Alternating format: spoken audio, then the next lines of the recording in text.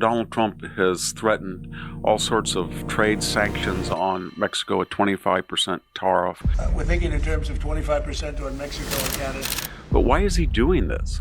And I think the answer is there's four things that Mexico knows it has been doing to us with impunity, especially under Joe Biden, that are not sustainable. Ahora es muy importante que sepa el pueblo de México que siempre vamos a defender la dignidad de nuestro pueblo. The first, it used to run under NAFTA $10 to $20 billion trade surplus. Then it went to 40, then it went to 50, and then during Donald Trump's first term, he renegotiated. It kind of stayed static. President Trump signing that new trade deal with Canada and Mexico. The agreement known as USMCA updates the 26-year-old North American Free Trade Agreement. President Trump has made a major announcement regarding the 25% tariffs he imposed on Mexico earlier this week.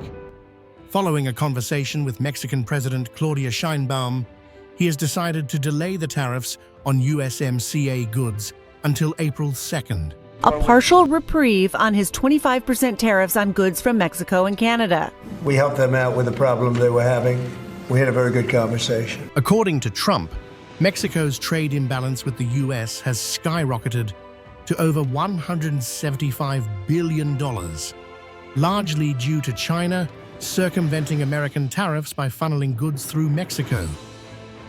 Under NAFTA, the trade surplus with Mexico was manageable, but today, unchecked economic manipulation has created an unsustainable situation. Victor Davis Hanson breaks down the consequences of Mexico's economic strategies, including the $63 billion in remittances flowing out of the U.S. and the cartel-driven exploitation of the American economy. Meanwhile, the ongoing border crisis has only fueled American frustration.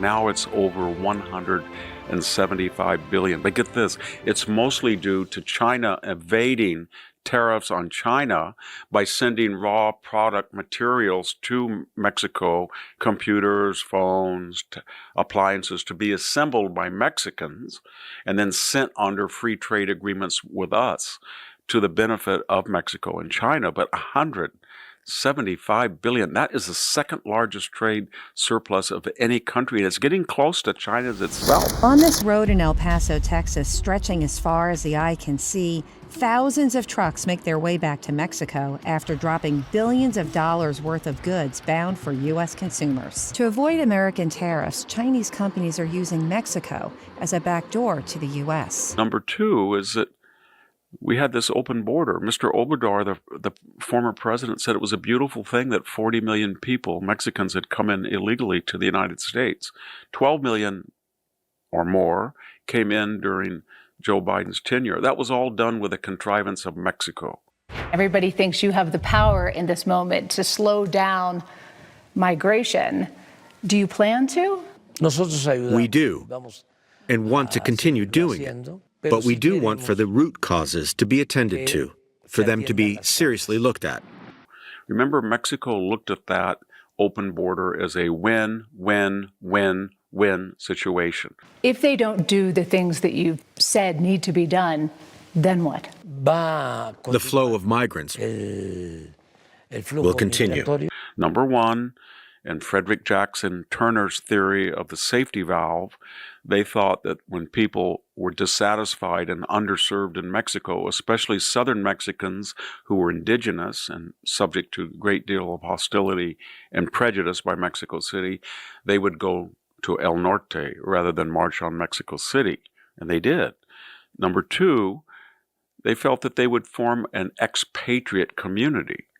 And that expatriate community, which, as Mr. Obrador claims, is 40 million people, I don't know if it's quite that large, but they're a powerful force for the Mexican government's point of view within the United States. Mexican President Andrés Manuel López Obrador on Wednesday met with U.S. President Donald Trump. The leaders did not shake hands outside of the White House. They didn't wear face coverings either. Then he looks at Mexico. And he says they've got $63 billion in remittances that's coming in. It's their largest source of foreign exchange. And yet that comes in from anywhere from 12 to 20 illegal aliens, many of them who are on public assistance that we're subsidizing the largest source of foreign exchange, and yet they let caravans come right through from Guatemala. So he sees all these problems. So then he starts to bring attention to them by being art of the deal outrageous. Trump is preparing to renegotiate a whole series of international agreements, and he's doing what he usually does, which is to push for advantage hard and to see what happens and to establish, what would you say, an anchor. Number three, the remittances. $63 billion come to Mexico, and that money comes largely from illegal aliens.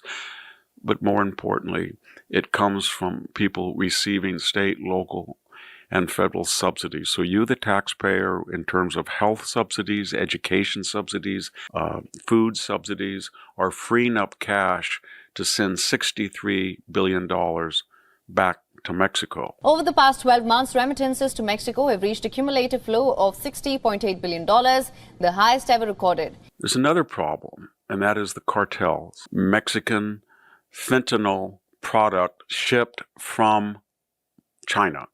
So China sends raw fentanyl. That is another issue that Trump wants to address. Under the orders I signed today, we will also be designating the cartels as foreign terrorist organizations. Add it all up. If you add $20 billion at least that the cartels are profiting from American drug sales, as well as sending illegal aliens through coyotes and through guides into the United States, and you add that $20 billion to the $63 billion in remittances, and you add the $63 billion to the $175 billion in trade surplus, you're looking at almost $260 billion of American cash that's going to Mexico, and they all have that one thing in common. They all share a degree of illegality. They are breaking trade agreements by reassembling Chinese products and running up a huge surplus.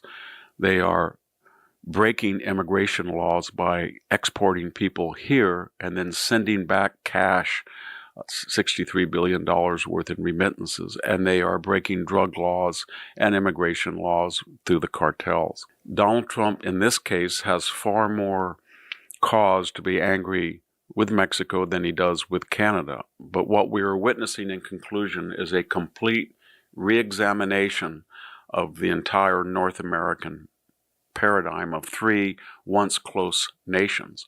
Mexico thinks that we're not serious, but they should look at the recent Pew International poll. For the first time, 60% of Americans have an unfavorable view of Mexico. And if they think that having Mexican nationals shut down American freeways and wave the flag of the country under no circumstances which they are willing to return to, why burning the flag under all circumstances they want to stay, and that's going to win back American public approval. It's not. President Sheinbaum was wise. She would negotiate with Donald Trump, get that trade surplus from 175 down to 30 or 40 billion, stop all of the fentanyl, help secure the border, look at the remittances, allow us to put a tax on 10 or 15%, and I think we would have cordial relations again. After pausing the 25% tariffs on goods under USMCA, what comes next remains unclear. However, the uncertainty doesn't stop there. Global markets have taken a hit, with significant losses in recently as investors react to growing instability.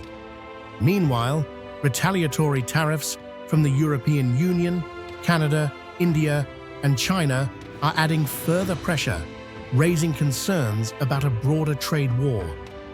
With April 2nd looming, all eyes are on Mexico's next move and whether Trump will follow through on his threat if these issues remain unresolved.